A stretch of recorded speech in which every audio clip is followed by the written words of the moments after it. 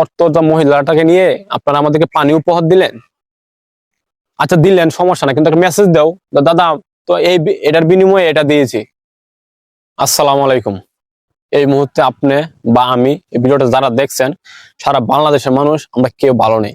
কারণ একটাই, যে আমার উপকূলীয় অঞ্চল বন্যায় তলিয়ে গেছে। তো এর মধ্যে একটা ভালো লাগার বিষয়, সেটা হলো শহর থেকে গ্রাম, গ্রাম থেকে শহর, প্রত্যেকটা জেলার মানুষ তাদেরকে হেল্প করার জন্য আপ্রাণ চেষ্টা করছে। এটাই সবচেয়ে পাওয়ার। সবাই সবার জায়গা থেকে স্যাক্রিফাইস করে তাদেরকে উদ্ধার করার জন্য চেষ্টা করছে। আপনি যাইতে পারেন নাই, আপনি টাকা পাঠিয়ে দিচ্ছেন। এতে আর কি লাগে? এটাই তো আমরা চেয়েছিলাম, এটাই তো আমাদের সোনার বাংলাদেশ। এই বাংলাদেশটা তো কিছুদিন আগেও আমাদের মধ্যে ছিল না।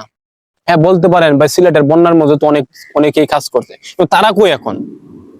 তাদের 80 থেকে 90% লোক এখন নাই। তার মানে আপনি চিন্তা করতে পারেন যে তারা কি জন্য কাজগুলা করতো। মূলত একটা রাজনীতির জন্য কাজটা করতো।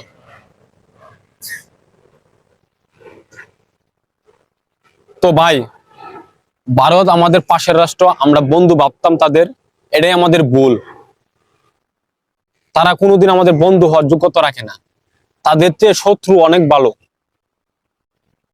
আরে ভাই, তোদের বৃষ্টির পানি তোরা ছেড়ে দিবি, অ্যাটলিস্ট আমাদেরকে একটা মেসেজ দে যে দাদা আমাদের পানি ওভারলোড হয়ে গেছে, পানি রাখতে পারছি না, আমরা বাধ্য হয়ে পানিটা ছেড়ে দিচ্ছি, আপনারা একটু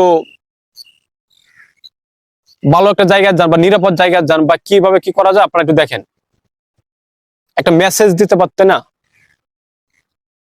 মেসেজটা পর্যন্ত দিতে পারেন না আপনারা। তো কিসের এত সম্পর্ক? কিসের এই 20 বছর ক্ষমতায় ছিলেন, কই গেছে আপনার এই সম্পর্ক? আমাদের দেশের তত্ত্বটা মহিলাটাকে নিয়ে আপনারা আমাদেরকে পানি উপহার দিলেন। আচ্ছা দিলেন, সমস্যা না, কিন্তু একটা মেসেজ দাও দাদা, তো এটার বিনিময়ে এটা দিয়েছি। আবার ফেসবুকে কত লেখালেখি, কত হাসাহাসি, যে আমাদের দেশের পানি তোমাদেরকে একবার ভাসিয়ে দিচ্ছে, সাঁতার ডুবাইয়ে দিচ্ছে। ভাই এখন আমাদেরকে তো বাবার সময় নাই। আপনারা যেভাবে পারেন ঝাঁপায় পড়ছেন অলরেডি। একবার শিশু বাচ্চা থেকে শুরু করে একবার বৃদ্ধ মানুষ পর্যন্ত সবাই দেখছে।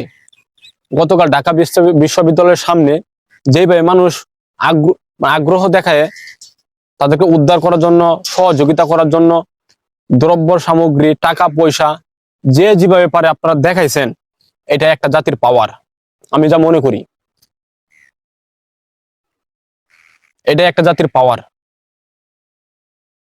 তো সবাই আমাদের দেশের মানুষের জন্য দোয়া করবেন। এটাই তো আমরা চেয়েছিলাম, এটাই আমাদের সোনার বাংলাদেশ, এটাই আমরা বাঙালি। কে কি করলো না করলো আমাদের দেখার বিষয় না। আমার দেশের মানুষকে আমাদেরকে বাঁচাইতে হবে, আমাদেরকে উদ্ধার করতে হবে। তো এই মুহূর্তে কিছু বলার নাই। সবাই অনেক ভালোবাসছেন, তাদেরকে আরো ভালোবাসা দেন, ওদের জন্য দোয়া করেন, যেভাবে পারেন সহযোগিতার চেষ্টা করেন। প্রবাস থেকে শুরু করে দেশের মানুষ পর্যন্ত সবাই সহযোগিতা করছে, অলরেডি করে যাচ্ছে। এই আগ্রহটাই মূলত দরকার ছিল। আমরা যেভাবে 30 লক্ষ প্রাণের বিনিময়ে দেশ স্বাধীন করেছি, এটা কোনো ব্যাপারে না। এটা হচ্ছে একটু সময় লাগবে, কিন্তু ওই সময়টা তারা আমাদেরকে দেয় নাই। আমাদেরকে সময় করে নিতে হবে।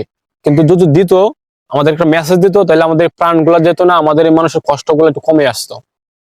তো ওরা আমাদের কখনোই বন্ধু হওয়ার যোগ্য রাখে না। ওদেরকে আমরা বন্ধু বাবাটা হচ্ছে ভুল। সামনে দুর্গাপূজা আছে না, আরো বেশি ইলিশ নিও, আমার দেশে স্বাদের ইলিশ নিও। আমার দেশে ইলিশ যদি ভালো না লাগে, তাহলে আমেরিকার ইলিশ খায়ও, চাইনার ইলিশ খায়ও। ওরা তো তোমাদের বাবা লাগে, তোমাদেরকে ইলিশ দিবে না, স্বাদের ইলিশ। আমার দেশের ইলিশ খায়, আমার দেশের দুর্নাম করে। তোদের মতন বন্ধু থাকাতে একদম না থাকাই ভালো। তো সবাই ভালো থাকেন, আমার দেশের মানুষের জন্য দোয়া করেন। প্রবাসী ভাই বোনেরা যারা আছেন, তারা একটু আপনারা আগ্রহ দেখায় আর একটু সহযোগিতা করেন। কারণ আমাদের দেশের ছোট থেকে শুরু করে সবাই সহযোগিতা করছে। সবার আগ্রহটা ইতিমধ্যে আপনারা ফেসবুকে দেখছেন। সবাই সবার জন্য দোয়া করবেন। খুব অতি শীঘ্রই আমরা ইনশাল্লাহ ভালো একটা পর্যায়ে চলে যাব। কারণ কিছু মানুষ এখনো নিখোঁজ আছে। বাবা ছেলেকে খুঁজছে, ছেলে বাবাকে খুঁজছে, মা সন্তানকে খুঁজছে। এই জিনিসটা সত্যি কষ্ট লাগার বিষয়। আর ভালো লাগার বিষয় হচ্ছে সবাই আমরা ঐক্যবদ্ধ হয়ে তাদেরকে সহযোগিতা করতে পারছি। তো সবাই ভালো থাকেন, সুস্থ থাকেন, তাদের জন্য দোয়া করেন। আল্লাহ হাফেজ। আর কিছু বলার নাই এই মুহূর্তে।